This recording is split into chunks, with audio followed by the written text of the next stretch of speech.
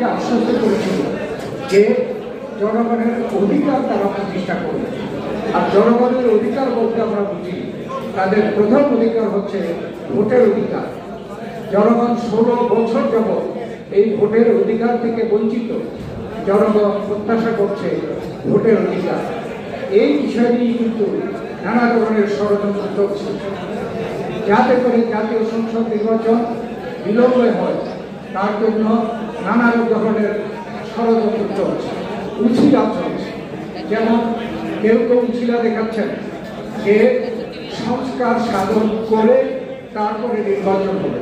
সংস্কার চলমান পদ্ধতি কোন সরকারের একার পক্ষে বা একটা সীমিত সময়ের মধ্যে সংস্কার শেষ করা সম্ভব হয় না।